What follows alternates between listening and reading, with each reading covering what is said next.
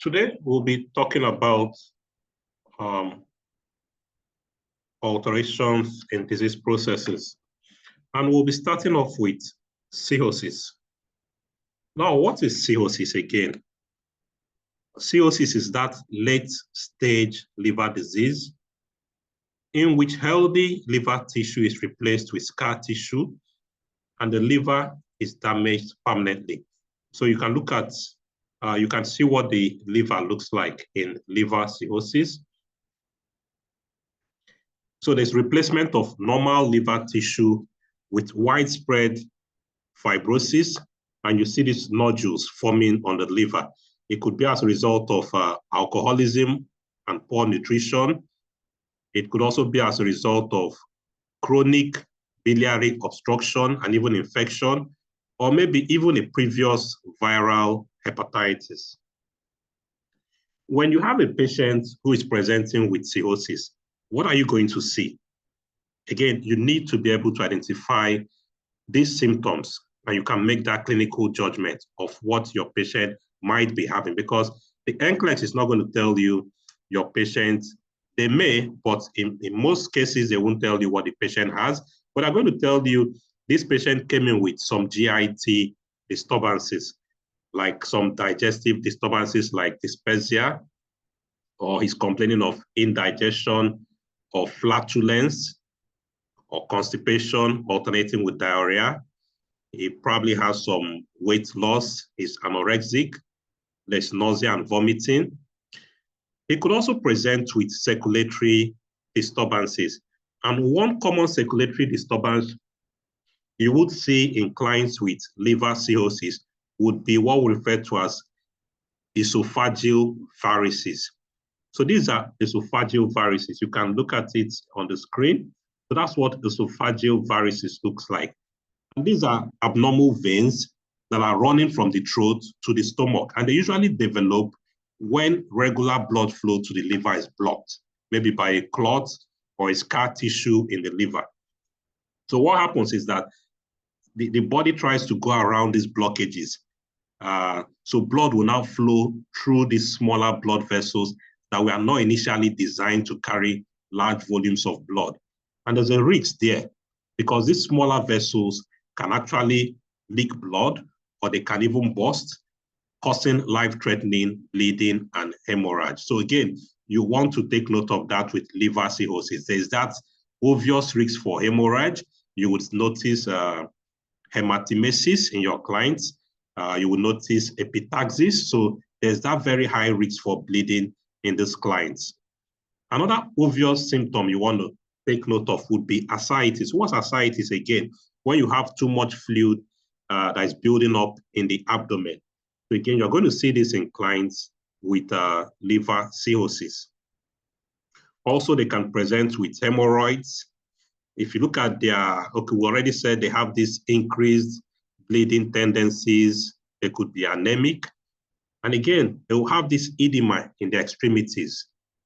So they're going to have edema in their extremities.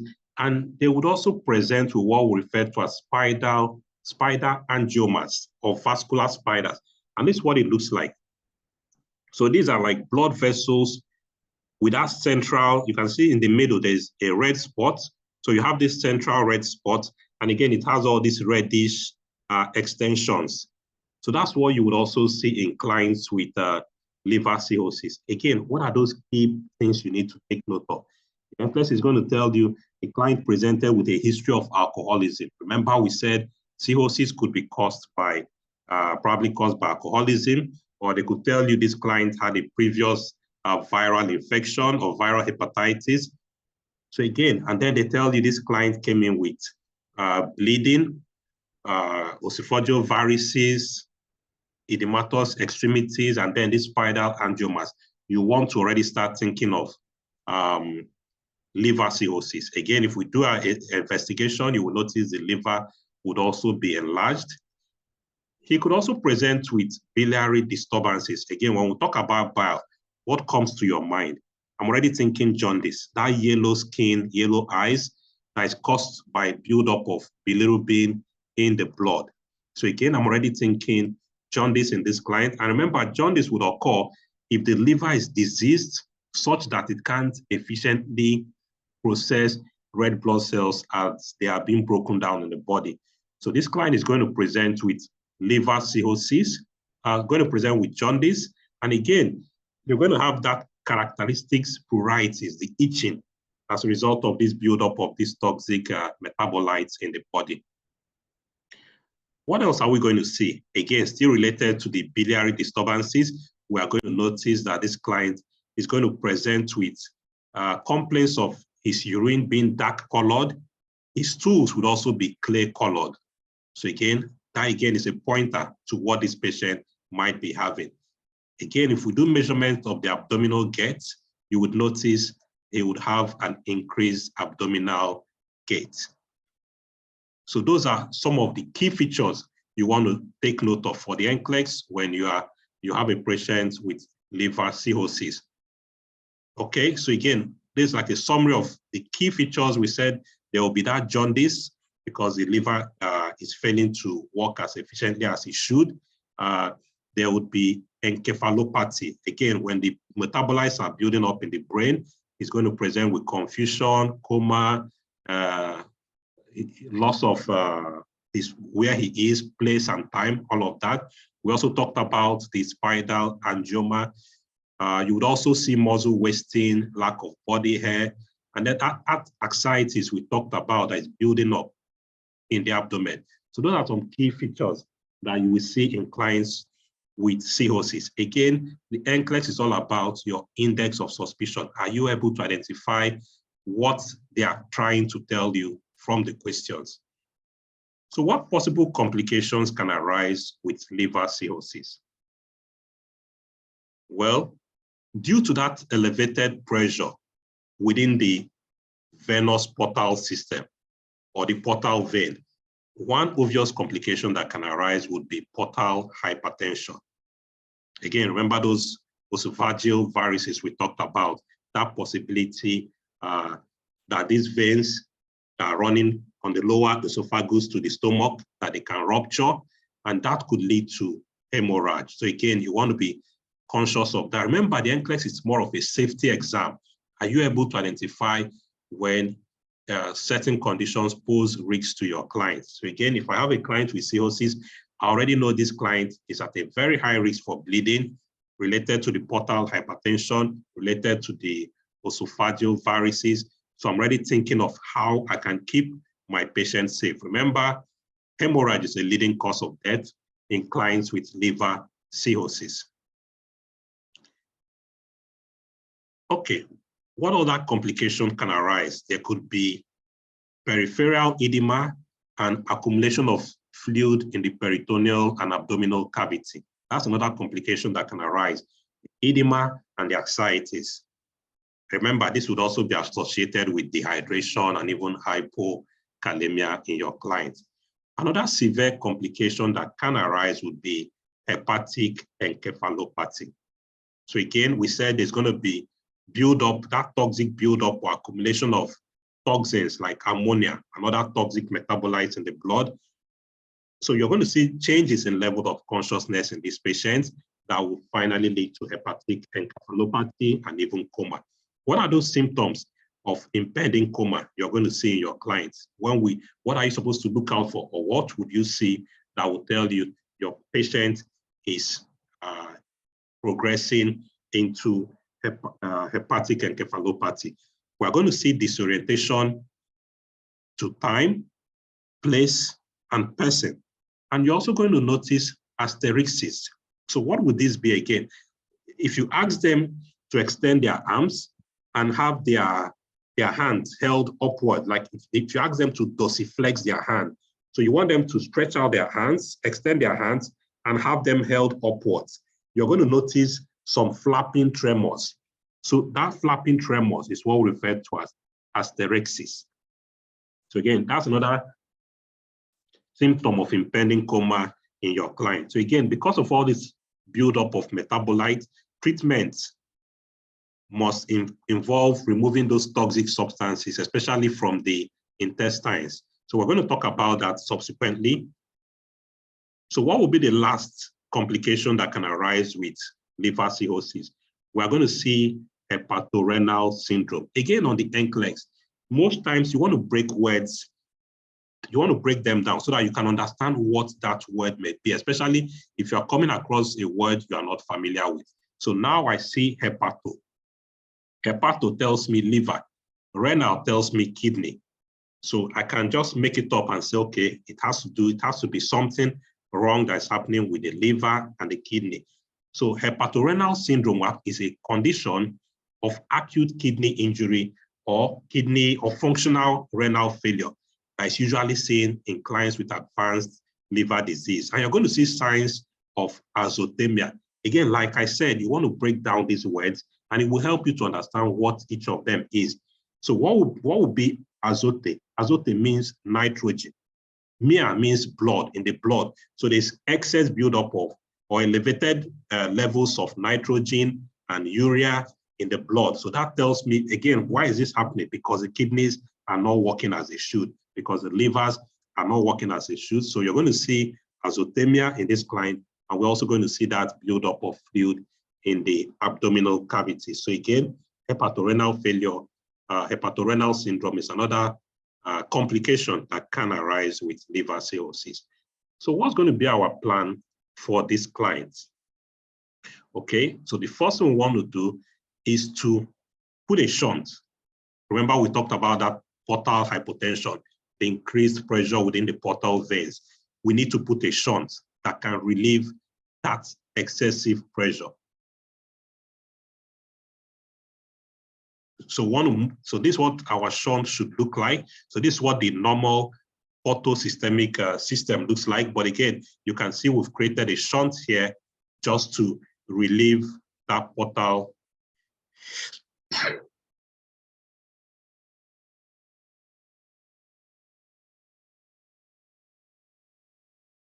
Sorry about that. So I want to put a shunt to relieve that portal hypertension. Again, we want to provide appropriate nutrition for this client, especially in the early stages.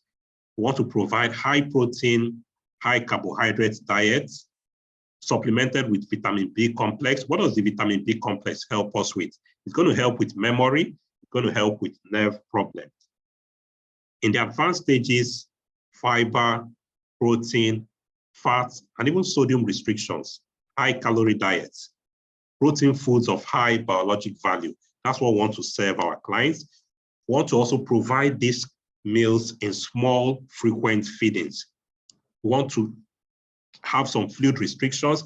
And again, you want to have your clients avoid alcohol. Remember, we said this client is at high risk for bleeding, so we want to monitor for bleeding. If we may, we might need to administer blood products. Again, remember with cirrhosis, we are thinking of esophageal varices, we are thinking of hematemesis, we are thinking of epistaxis, we are thinking of hemorrhage.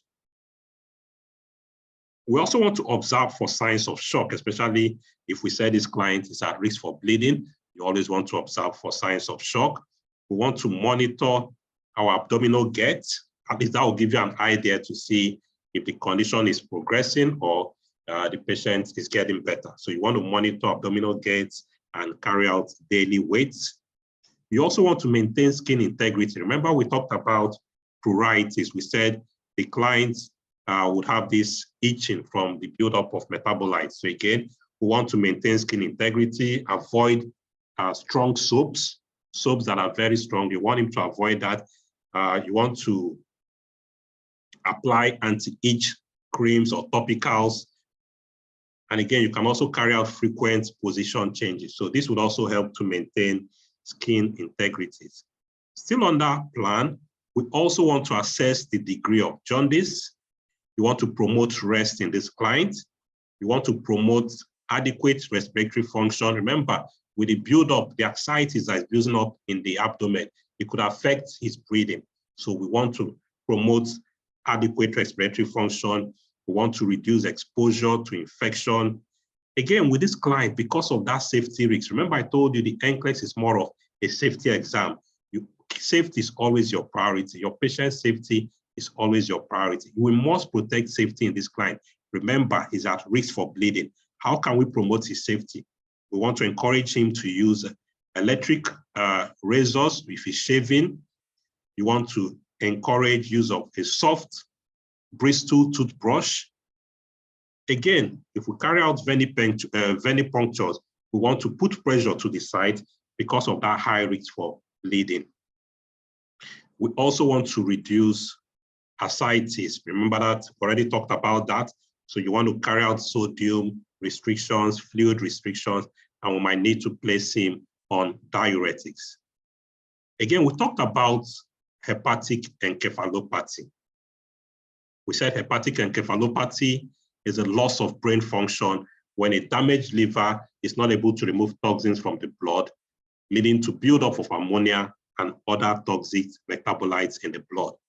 Again, treatment involves removing those toxic substances from the intestine using medications like lactulose. So again, when I see lactulose on the exam, I'm already thinking liver cirrhosis. So again, we can use lactulose. It helps to bind to the ammonia and it will help to excrete the ammonia from the system. Again, in patients with hepatic encephalopathy, usually we give them lactulose in syrup form 2 to 4 times a day. And what are you aiming for? You are aiming for 2 semi-soft stools per day. Again, we are aiming for 2 semi-soft stools per day. That's for clients who have hepatic encephalopathy. But if they present in an acute condition, the common option is to administer a bolus dose of lactulose, like maybe 45 mils, and we want to repeat it hourly until we have our first bowel movement. So again, lactulose for our stable client, our aim is to have 2 semi-soft stools per day, but with acute clients, we want to give a bolus of lactulose and repeat it hourly until the first bowel movement. These are key points you must note for the NCLEX. Again, we can also place him on neomycin. We'll need to encourage bed rest in this client with hepatic encephalopathy.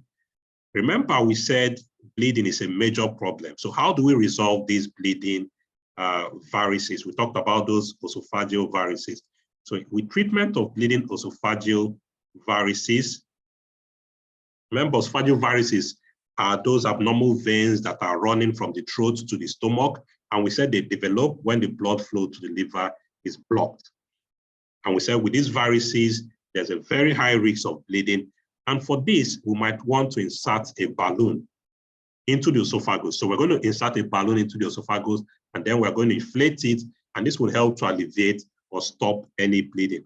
And an example of one of these types of balloon will be this, which we have on the screen. It's actually called a Sengstaken Blakemore tube.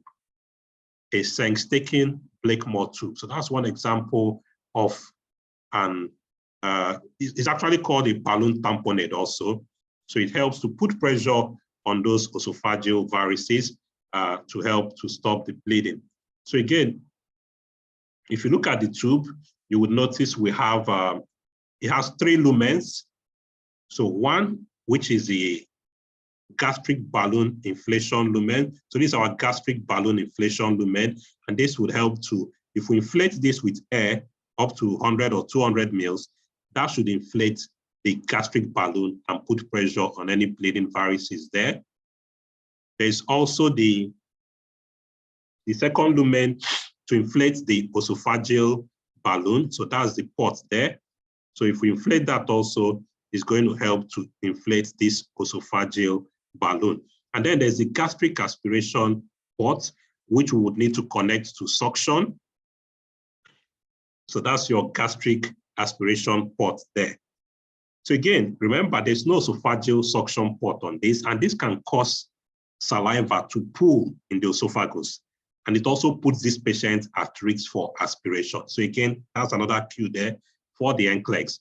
What's a major risk that can happen with your Sengstaken Blakemore tube? We can have saliva pooling in the esophagus, and this could cause aspiration in our clients. So you need to take note of that. We also need to know that these tubings have to be irrigated hourly to prevent occlusions from these secretions. And again, if we are taking them off, we need to deflate the balloons sequentially. So again, we want to start with the esophageal balloon first before we deflate the gastric balloon. So again, when we are deflating, we want to deflate sequentially with the esophageal balloon first.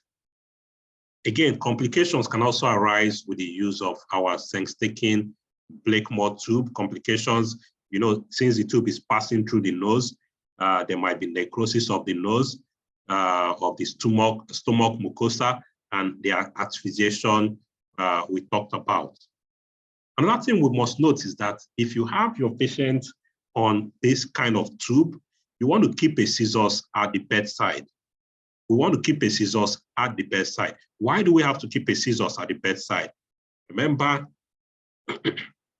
we need to keep observing these clients for sudden respiratory distress. What could cause this in this patient? If the gastric balloon, which is this, if this gastric balloon ruptures, then it means this tube can move upwards and it could cause an obstruction, a high up obstruction there. So if we lose this air in the gastric balloon, it can cause this tube to move up, because if you look at it, you see the gastric balloon is what is actually holding it down there. So if we lose this, then this tube can move upwards and suffocate our patient. So that's why we want to keep monitoring for sudden respiratory distress. And if you notice any, we want to suspect, is it possible we've lost this gastric balloon? And we need that scissors at the bedside to cut this tube so that we can deflate the esophageal balloon and pull out the tube.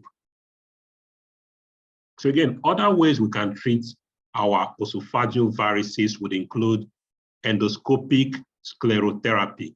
So this would be injecting a sclerosing agent into the esophagus, and it's going to cause those varices to become fibrotic. So that's an example of, so you can see there, these are those varices. So you can see the varices, and then they are injecting those sclerotizing agents, and it's going to cause these varices to become fibrotic. So that's one way we can also deal with this esophageal varices. We can also administer vasopressin. Okay, so these are going to cause constrictions of the splenic artery, which is temporarily going to help to lower the portal pressure and also reduce the risk of bleeding. We can also carry out room temperature saline lavage. So again, remember, the saline is always going to be cooler than the body temperature. And when we do this, it's going to precipitate local vasoconstrictions in that area that would have these esophageal varices. Other methods we can use would also include esophageal banding therapy. So this is actually a modified endoscope with a rubber band that's passed into the esophagus and is used to band the varices. So we have you can look at it there. So that's what it actually looks like. So you can see the endoscope, the modified endoscope, and has the ligating band there. So it's passed over the varice, and then the ligating band is used to tie it off. And that's how you want to also manage this with esophageal banding therapy. Other ones we can use would be the transjugular intrahepatic post-systemic shunting, which is your TIPS. We can also carry out a surgical bypass. So that was a quick one on what we need to know for liver cirrhosis. Another topic I would like us to review would be peritonitis. Again, like I mentioned on the NCLEX, you see a word out there, you don't know what it is, you want to break it down. Periton, that tells me peritoneum. Itis, what's itis? That's a suffix that denotes inflammation. So when I see itis, periton, I'm already thinking of inflammation of the lining of the peritoneum. That's the abdominal wall and coverings of the abdominal organ. That's what we refer to as peritonitis. It's often life-threatening.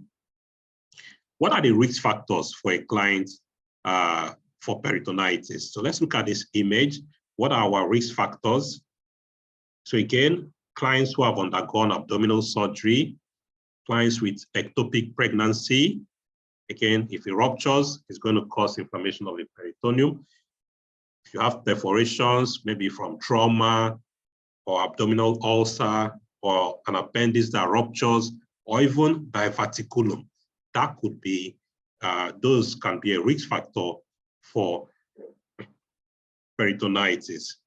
Again, with our assessments, what are we going to see in this client? One obvious sign you're going to see is that abdominal pain. Most times it's even going to be severe.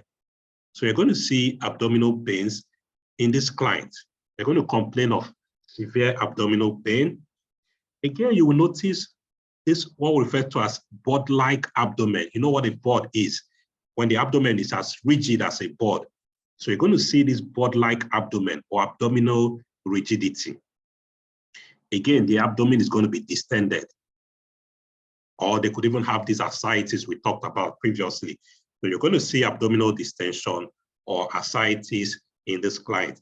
One other obvious symptom you would see is what we refer to as rebound tenderness.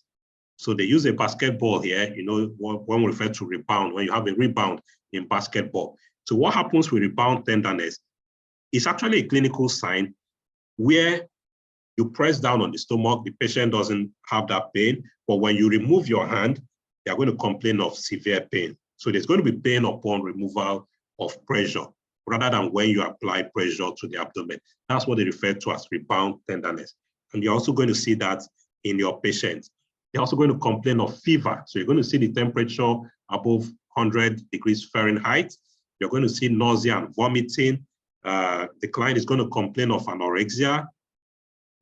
Okay, we already talked about the fever. Again, high fever tells me possibly there's an infection. There could be increased white blood cell counts. Even the fever could also lead to dehydration. One other obvious sign you would see with peritonitis is that the bowels will be sleeping, or what we refer to as paralytic ileus. The bowels are not, that peristalsis you should be seeing, you don't see that movement. The bowels are not active as they should be. So again, because the bowel is not working as it should be, the bowel sounds, if you listen to the bowel sounds, they'll be diminished. The patient will be unable to pass gas or even feces. So again, you will see that paralytic ileus in your clients. If we look at the blood pressure, it will be increased. The pulse would also be increased. So what will be our plan for this patient? Key things I would like us to focus on for the NCLEX.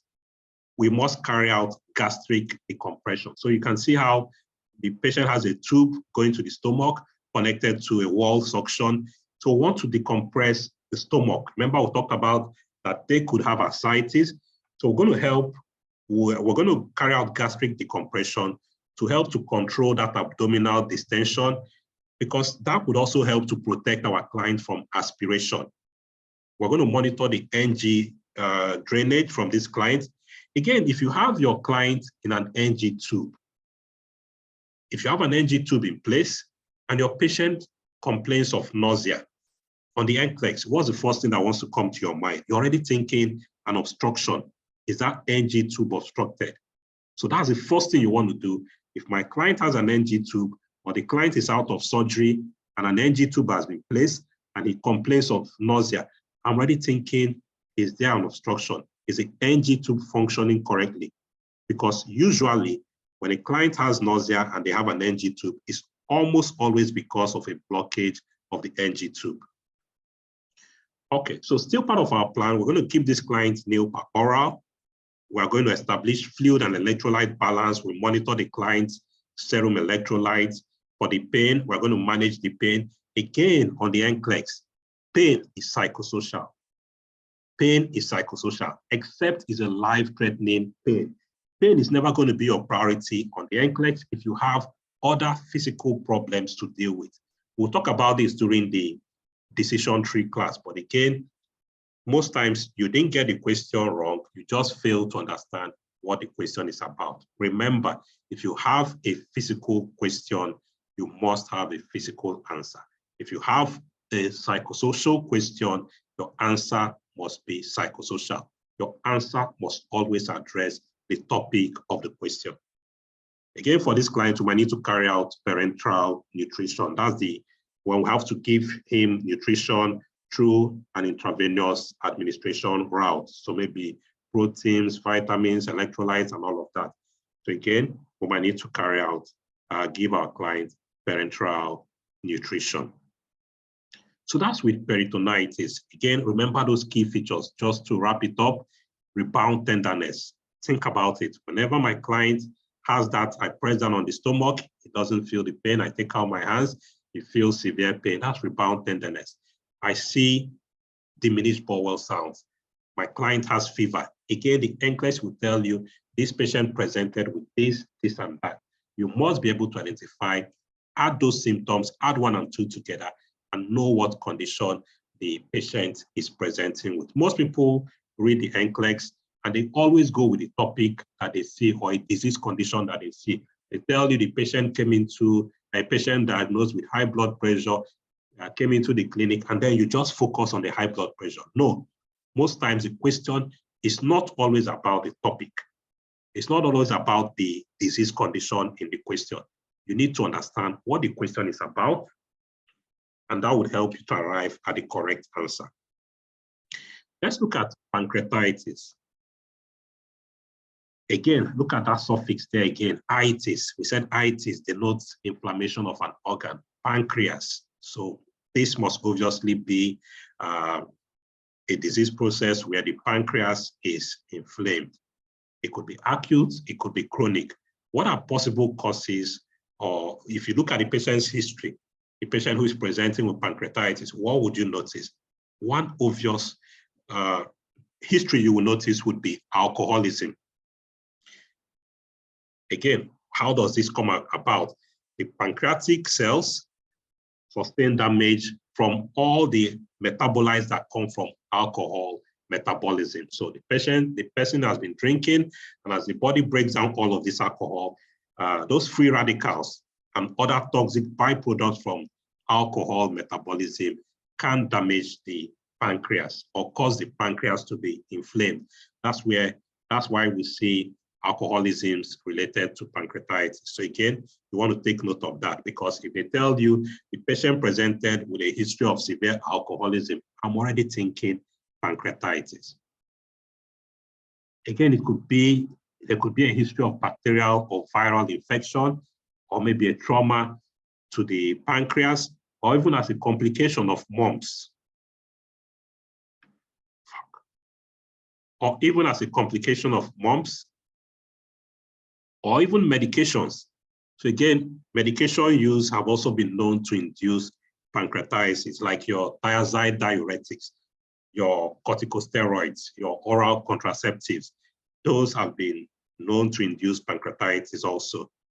Again, when this patient presents, what are we going to see in our patients? They always come with abdominal pain, nausea, vomiting, 24 to 48 hours after a heavy meal or alcohol ingestion. Again, as I'm reading through, making up those stories in my head, a patient presented with abdominal pain and vomiting after eating a heavy meal, I'm already thinking pancreatitis. A patient presented with abdominal pain, nausea, and vomiting after drinking all through the night, I'm already thinking pancreatitis. If you check the blood pressure, you would notice your patient will be hypotensive. Again, we could see acute renal failure in this patient because those inflammatory cells and toxins from the inflamed pancreas can cause harm to the kidneys, and you can have this sudden renal shutdown or renal failure. So again, we can also see that in our clients with pancreatitis. And then the obvious one that's always a giveaway, when I look at the flank, my patient's flank, and I see that gray-blue discoloration, what we refer to as your Turner's sign. So that's our Turner's sign there. So when you look at the flank, you're going to notice that gray-blue discoloration. That's an obvious giveaway on the NCLEX. My patient obviously has pancreatitis. Where is this? Why are we having that discoloration there? Because the seepage, blood-stained exudate from the pancreas is seeping out, and that's what is causing that discoloration. So again, what's going to be our plan for this patient? We want to keep him nil per oral.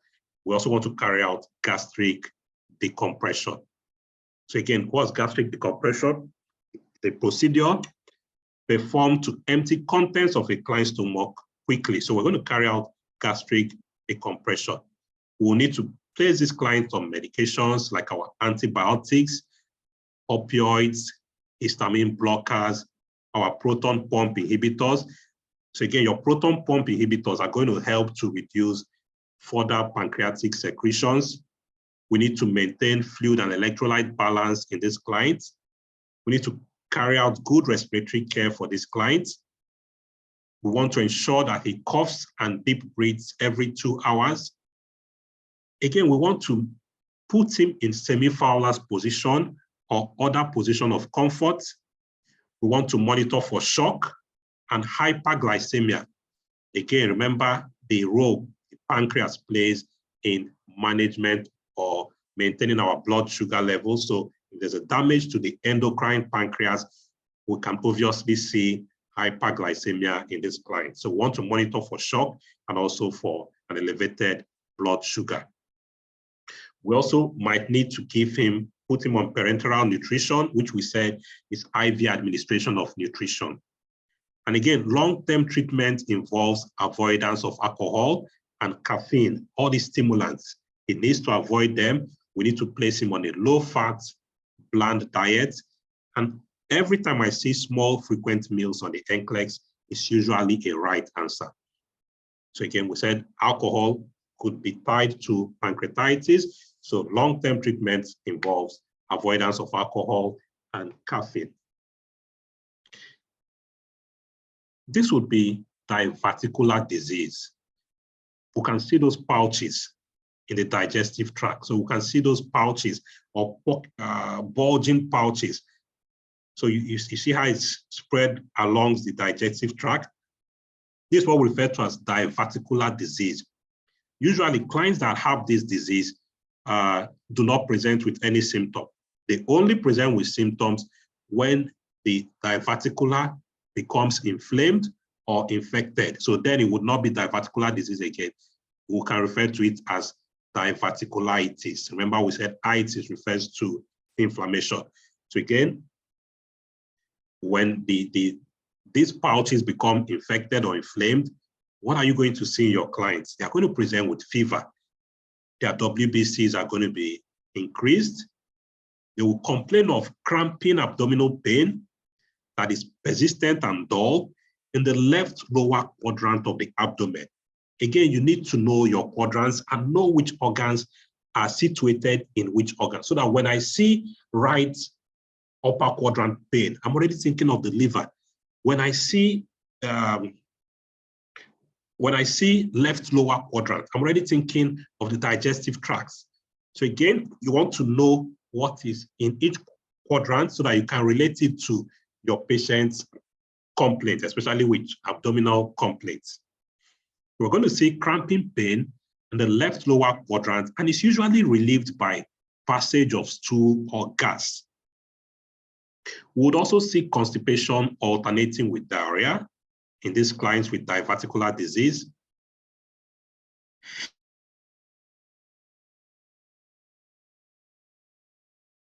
And part of our plan for these clients, because of that cramping pain, we'll need to place them on antispasmodics like our Bentyl or even the regular Buscopan. We could also use anticholinergics. What are anticholinergics? Remember, these anticholinergics are going to block the productions of acetylcholine. What is the role of acetylcholine? It increases secretions, bodily secretions. So again, we're going to give anticholinergic medications like our dicyclomine. So this is going to help to decrease those secretions.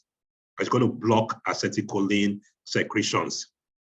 Another example of your anticholinergic would also be your atropine. We would also need to give these clients bulk laxatives. For example, our Pylium or the common metamucil. So again, why do we need to give them these bulk laxatives? because we know it's going to create a bulky, more liquid-like stool that's softer and easier to pass. So we need to give them these bulk laxatives that would help them create a more liquid-like stool that's easier to pass. And we said common examples of our bulk laxatives will be our metamucil or your Pylium. We would also need to give them high fiber diets.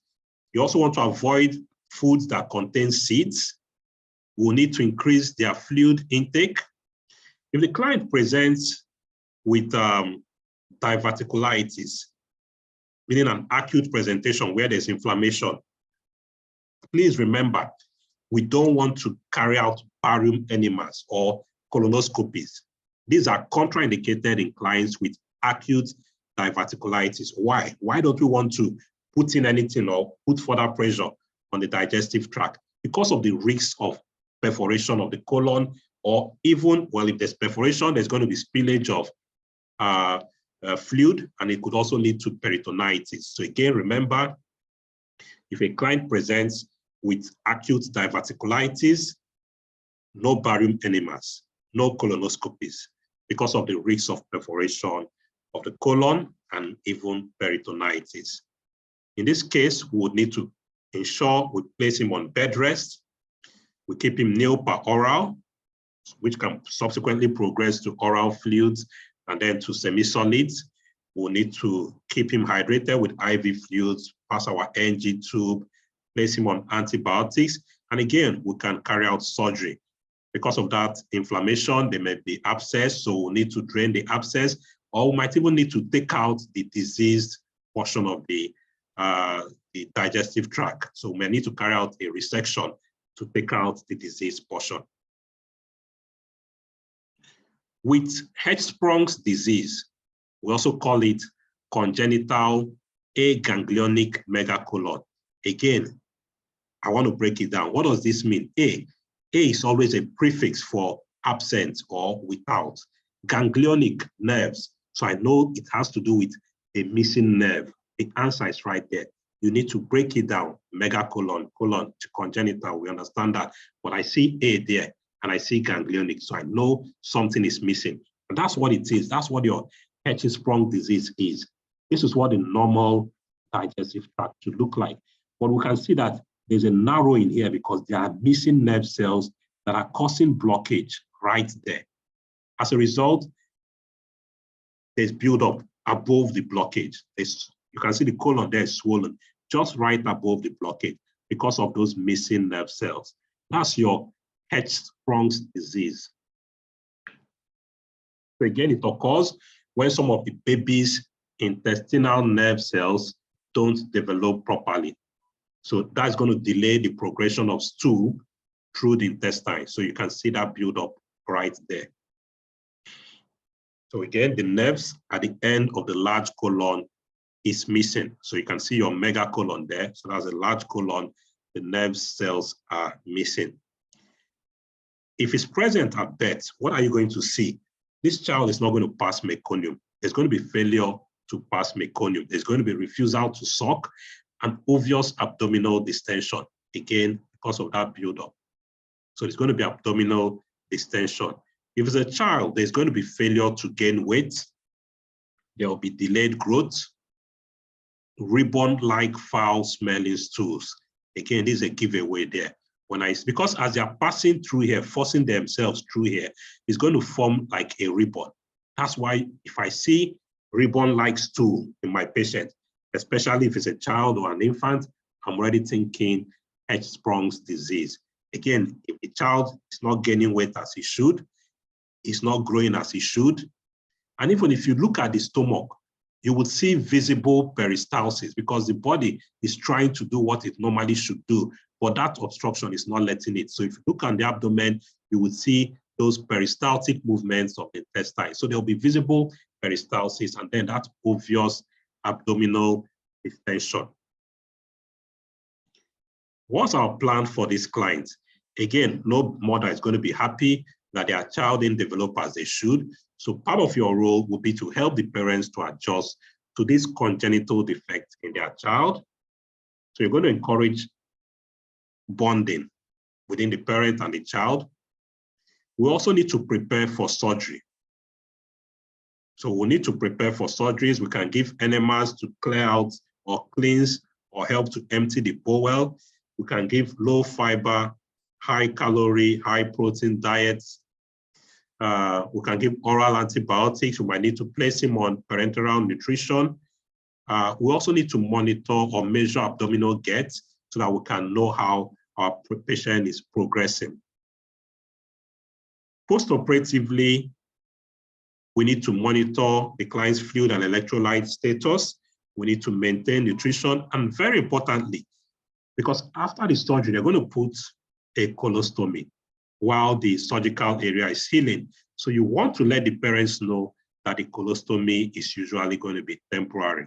So again, they will close it when the child is about 7 to 9 kg. So very important, you want to let the parents know colostomy is usually temporary. With REYE's syndrome is a very easy one. This child probably had a flu or a chicken pox. And then to manage the fever or the body pains, the child was given aspirin. That could lead to REYE's syndrome. And what are you going to see in REYE's syndrome? We're going to see fulminant hepatitis. What's fulminant hepatitis? Here, the liver begins to fail very, very quickly within days or weeks. And there will be swelling in the brain. Again, when there's that swelling in the brain, what are we going to see? We're going to see altered levels of consciousness. We're going to see behavioral changes. That's REYE's syndrome in a nutshell. Again, we said it's a rare condition that causes swelling in the brain and liver damage after a viral illness or infection like a flu or chickenpox. And it's most common among children who take aspirin or acetyl salicylic acid to treat symptoms during a viral illness. So again, what are early symptoms you would see in this client? They would have a fever. They will be severely lethargic. Because of that swelling in the brain, we're going to see increased intracranial pressure in our clients. Again, that brain swelling could cause seizures. It could cause the child to convulse. It would also cause decreased or altered levels of consciousness and even coma. Again, the NCLEX is not going to tell you the patient presented with decreased levels of consciousness. They're going to tell you this patient has chickenpox last week and the mother gave him acetyl salicylic acid and now he's presenting with seizures and convulsions, or he's presenting with altered levels of consciousness. You want to add 1 and 2 together.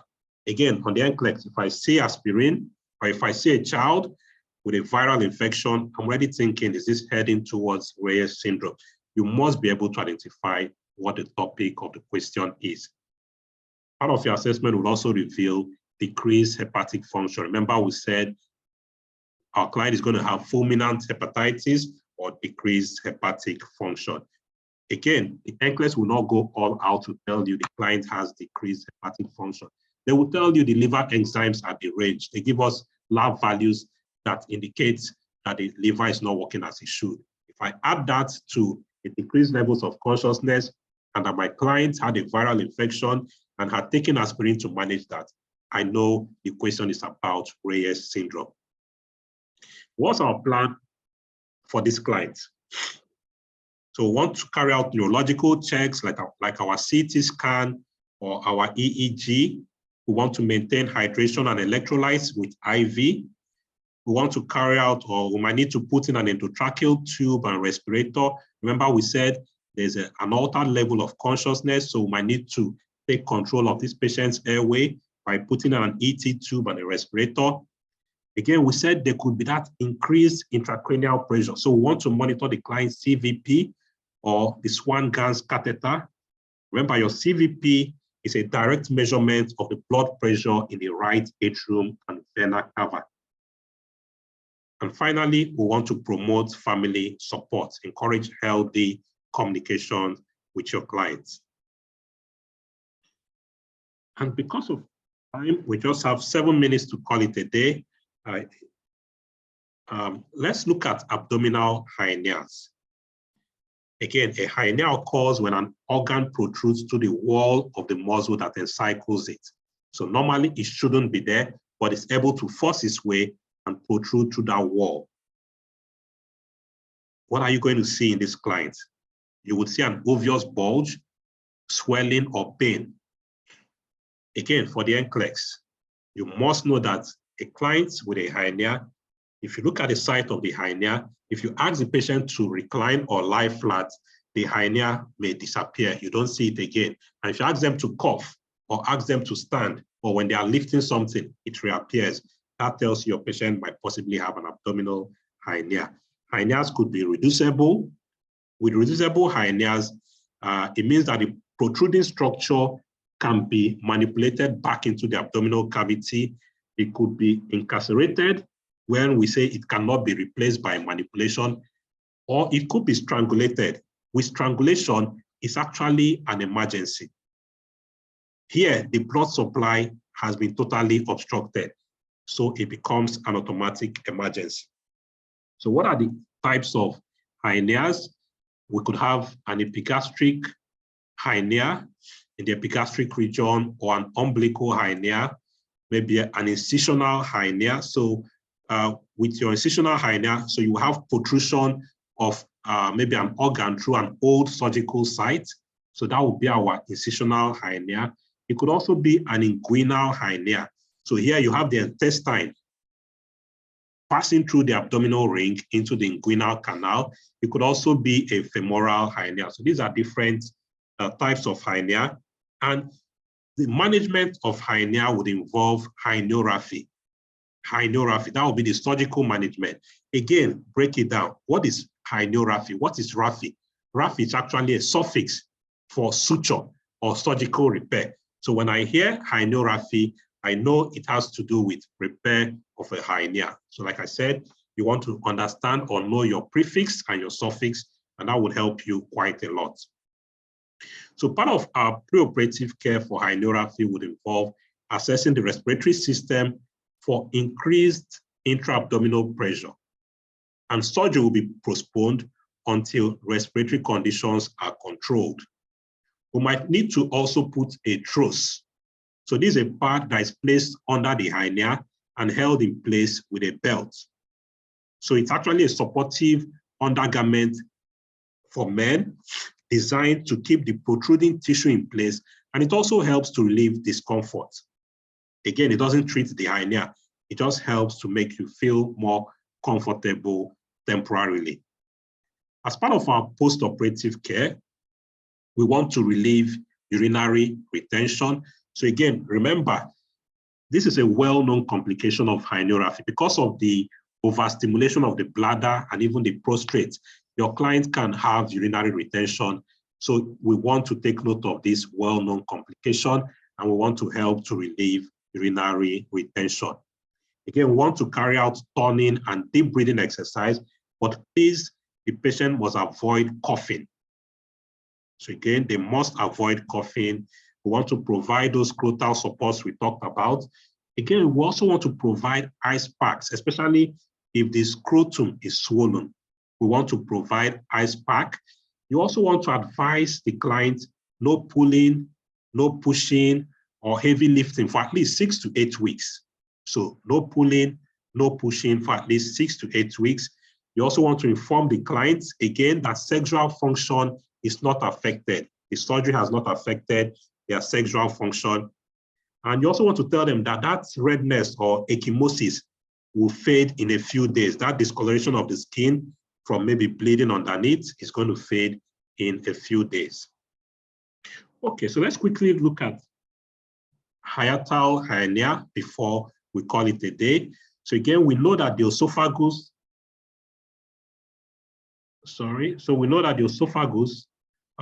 runs through the diaphragm to the stomach. And this is what we refer to as a hiatal hernia. And this occurs when the stomach protrudes up into the chest through the diaphragm. Again, with issues like this, strangulation is a possibility and it's an emergency if it occurs. So what are we going to see in our clients who presents with hiatal hernia? They are going to complain of heartburn. You can see where part of the stomach is. So they're going to complain of heartburn, regurgitation, dyspepsia, or indigestion. Remember, dyspepsia is another word for indigestion. And part of our plan for this client would be, we'll need to administer medications like our H2 receptor blockers. We'll look at these drugs on a subsequent date. So we'll look at all of the medications you need to know, like your cimetidine, your ranitidine. We'll need to administer antacids like our aluminum hydroxide and our magnesium hydroxide. We'll need to administer cytoprotective medications like our sucralfate and even our proton pump inhibitors like our pantoprazole. We might also need to carry out surgery to tighten the cardiac sphincter. So that surgery is actually called fundoplication. It actually helps to treat stomach acid reflux. Again, like we mentioned, small frequent feedings on the NCLEX is a very good option. Most times they're usually correct. You also want to advise the clients that they should not lie down for at least 1 hour after meals. Do not lie down for at least 1 hour after meals, and want to elevate the head of the bed 4 to 8 inches when sleeping. We also need to educate them not to eat before going to bed to prevent reflux of food. Okay, so at this point, I would like to call it a day. And we didn't cover as much as I would have loved to,